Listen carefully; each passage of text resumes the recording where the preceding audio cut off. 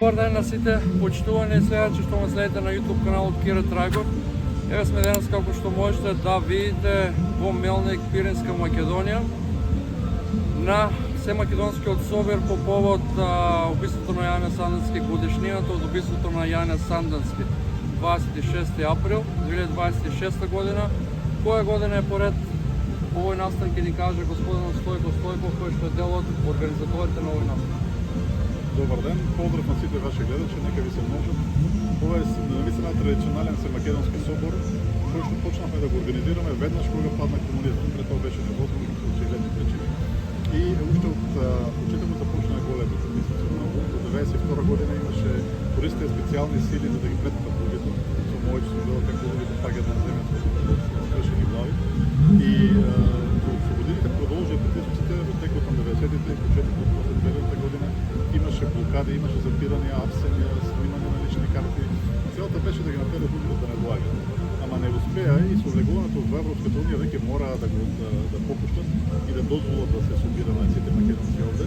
Со тоа не завршија притисоците. Секој неколку години се прават ексцесии, од типот да се забранува секакви знаменја и постери, да се снимат личните карти на луѓето, да им се земат секакви материјали. И со тоа секој пат пак да се пуштат некои кампањи на медиумите и така се извршува притисок преку неколку години да се намалува бројката на луѓе што доаѓаат. Но гледате после 36 години соборот продолжува.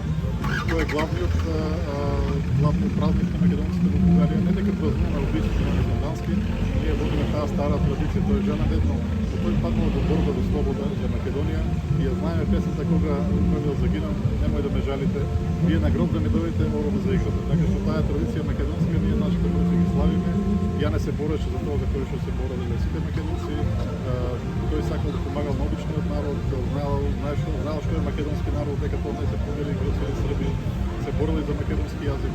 За многу работи кои што се уште за жал актуелни. Тоа би требало да бидат толку нормални работи, како што е воздухот што го дишаме и никој да не ги забележува. Ама за жал се уште во центар на внимание и тоа само ги поттикна уште повеќе македонците во Бугарија. Не само во Бугарија, гледаме дека доаѓаат луѓе од Егејска Македонија, од Вардарска Македонија, од Албанија доаѓаат, праќаат поздрави од Европа, од Америка, од Австралија, од секаде.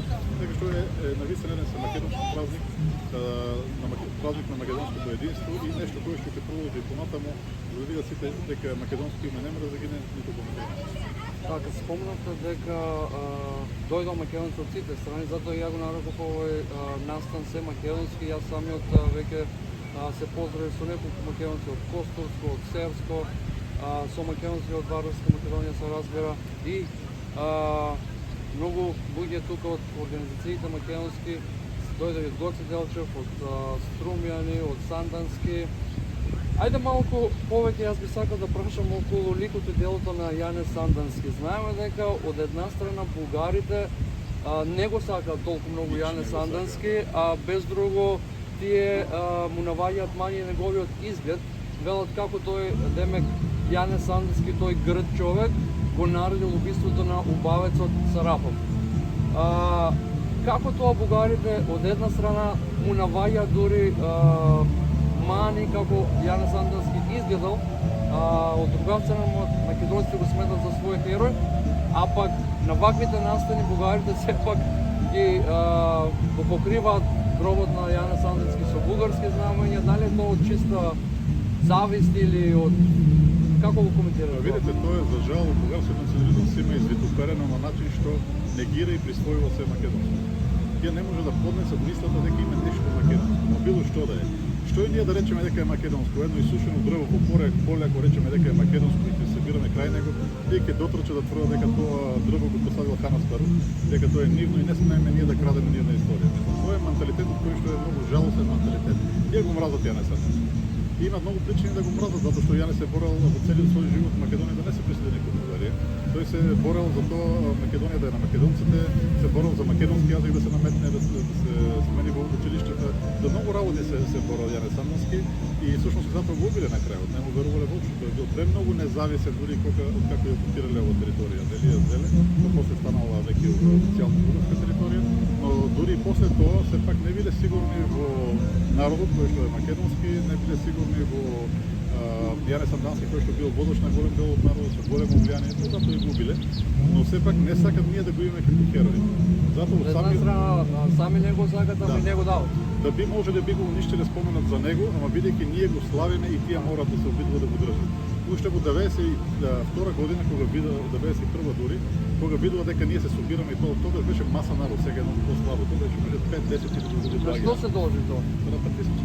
Со години, тоа се 36 години притисоци. Имаше и насилство физичко и се и сешто. И лека по лека се намали. Аз бех пълномощник. Първата работа, която свърших като пълномощник, април месец 1965 година. За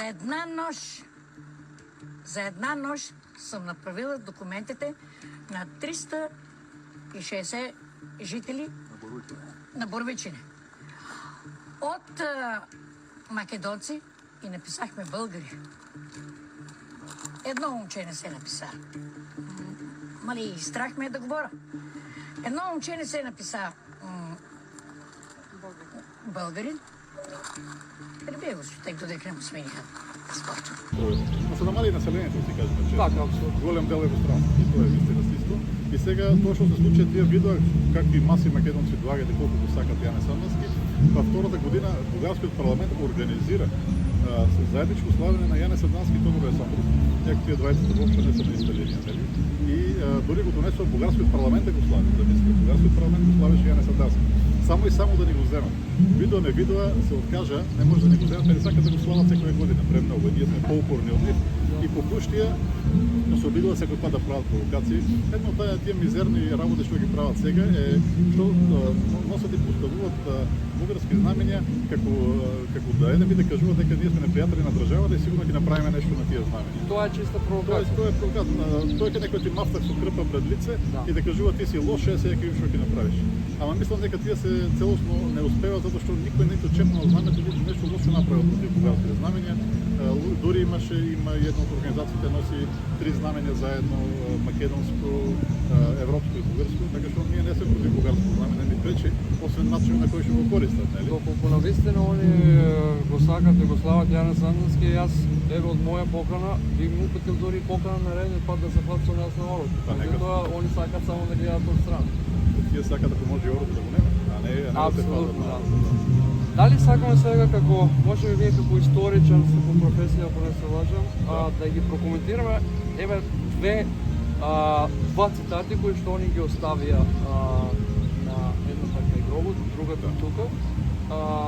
Едната е дека, не знам, мени е тука, не знам од кај го имате извадено тоа некој српски вестник, мени е тука бугарска, и другиот што имаат поставено, ако не се лажам, партијата ВМРО пред некои колку 15 години. Да, горе. Веднаш до гробот на Јане Сандански имаат поставена како спомен плоча. Може би вие поточно го знаете цитат од мене, ја го проверив. Наводно е од Јане Сандански, може би вие може повеќе да ни кажете колку е. Видите, наводно се, ама тоа се работи објавени во странски печат, кој што ја не нема цитат кој што се земен, цитат кој што не може воопшто и да се најде. Они имаат ставен цитат, меѓутоа нема да се прочита од извор. Не може да се провери прво извор, второ, дури и да е така, нели не знаеме дали е така, дури да е така, тоа е нешто објавено во странски печат, каде што ја нема никаква контрола како е превратено тоа, нели, тоа нешто на Албанија и на Србија. Но поважното е такви цитати не може да оборат неговото дело, бидејќи имаме X цитати од луѓе спомени кои што јасно кажува дека неговата борба била да стане Македонија независна, дека не смее да влезе Македонија под Бугарија, дека со оружје се бори против тоа, дека тој и неговите луѓе подготват македонски литературен јазик на база на битолскиот дијалект, кој што ќе биде јазик на едната Македонија. Селаните од тука памтеа, се уште имаше живи кога јас бев млад, дека нема луѓе кои што го памтеа Јане, многу стари луѓе, тие памтеа неговата девиза со која што агитирал пред луѓето поарно по турско, толку по бугарско, тоа било неговото. Така што против целата оваа планина од сведоштва и од фактот дека тие него сакат, од фактот дека го убија, нели па сега да кажува дека наводно тој бил многу добар бугарин, зашто го убија тоа? Зашто не го слават ако е тоа така? А сега извадија по колку години некои сомнителни цитати, кои што кој знае какви се и воопшто дали се вистински, и можда со нив за да кажат не, тоа е бугарски. Ајде сега може би за крај да упатите една порака кон македонците, меѓутоа и да кажете каква е вашата положба тука сега, дали очекувате некакви промени со изборот на новата влада во Бугарија или тоа пак дополнително ја отежнува вашата состојба и можноста за ваше организирање и признавање на вашата организација. И да ние не очекуваме позитивна промена, особено под оваа влада. Знаеме Радев кој и кој му ги изборува во тие глупости кои што тој ќе сторува многу пати. Тој имаше дрскост како председател да лаже за нас дека сме терористичка организација, за кој што неверојатно смешно, организација кој што нема еден нож, нема да ударен еден шамар, постои 40 години да каже дека е терористичка организација, тоа е неверојатно дрскост од едно официјално лице. Така што ние не веруваме нешто позитивно да се случи. Се надеваме дека нема се случи нешто негативно, затоа што Бугарија без тоа е подобруме притисок веќе благодарение на нашата долга борба на секаде меѓународно и Обединетите нации веќе влезе прашањето. Така што ако сака да ескалира тоа ќе само да ни сметка. Ние сме тука ќе издржиме и таа влада, но ако лошо рече да ни прават, полошо да ни стане. Дали главниот отпор во бугарското општество доаѓа од се уште можеби под влијание на живковизмот, Бугарската академија на науките, Институтот за македонски јазик или како и да се вика за Македонскиот научен институт и се уште, но се помалку актуелните националистички партии како Возраждане и ВМРО на Видите, комунизмот и живковизмот создаде многу големи, цела голема класа од антимакедонски професионални антимакедонски. Тие луѓе продолжуваат своите кариери и да се репродуцираат. Тие продолжуваат таа политика, нивното влијание е огромно. Тука се додава действителни фамилии од некогашната елита во Пиринска Македонија и Бугарија, кои што беа македонци, се декларираа македонци, кога се разви живковизмот, тие најнаш се одрекаа од својот народ и се претворија големи бугари. Сега тие се голем проблем. Тие нивните деца се голем проблем. Зошто? Затоа што тие се во ситуација кога еднаш се пишеле македонци, еднаш се пишеле бугари. И сега кој и да е вистинско нивно пишување, тоа значи дека го изневериле другиот народ. И сега овие луѓе очајнички се борат за тоа да се тврди дека наводно со сила биле пишување македонци, кој што е лага, затоа што тие биле начело на округот, не бил некој друг. И второ се мачат на секоја цена ако може да се блокира Македонија, да не се признава македонско нацијство. Тоа е за нив е борба како да е борба за нивен идентитет, бидејќи тие имаат антимакедонски идентитет. Тоа е тоа. Значи сакам да кажа дека всушност целата борба доаѓа од потомците на оние македонци кои што биле македонци пред 100 години или се преселили од Егејска Македонија, зашто они се кажуваат многу често и да, па и ние сме македонци од регионот Македонија, нашите прабаби дел се дошли од Егејска Македонија. Дали нашата судбина е таква дека македонецот се дели и му фали едно можеби се обединување, можеби еден нов идентитет кој што ќе прифатиме сите дека сме македонци, можеби имаме различни, например македонците во Егејска Македонија имаат потешкоти и се разбира со нивното школување, таму немаат достап до македонскиот јазик, меѓутоа знаеме дека ги пеат и ги слават нашите песни, исто е тука и кај вас. Ние во Вардарска Македонија, иако ги уживаме сите можеби човечки права, пак од друга страна немаме сме затворени на некој начин во границите, затоа што на институционално ниво ни вршат секакви притисоци, да се смени името, пробуваат во институциите на Европската унија секаде каде што е Македонија да се направи северно македонски, да се издаде придавката, иако тоа е ни по договорот не е дозволено, да се избрше македонскиот јазик. Кое е решението за нашата состојба еве во една? Видите, има само едно решение, така било решението во сите наши предци. Треба да издржиме и да се борим. Нема друго, да не му било лесно на Енес Сандански, кој го подржувал тогаш. Се криел од село до село со своите луѓе, кои треба да убиле. Но тој не престана. Кажал дека јас не верувам во моје време дека ќе сменам нешто, но го правам за едните генерации. Значи тоа треба да продолжи. Ако зборуваме за обединување, ние имаме една формула која што е базична и во рамките на која сите сме македонски народ, ние не сме. А тоа е сите кои што сметат дека ние сме македонска нација, не сме бугари, срби или грци, сите ние сме една нација. Сега кој како е толкува историјата веќе е второстепено прашање. Но што ја пазиме формулата ние сме македонци, не бугари, срби или грци, тогаш ние сме македонци. Да. И околу тоа треба да се обединуваме и треба да издржиме. Не може да очекуваме секој пат да ни јар. Нема да биде. Апсолутно, јас од моја страна речам некоја паралела и на сличен начин како што е Јанес Сандански, како што вие кажавте, се борел за слободата на Македонија.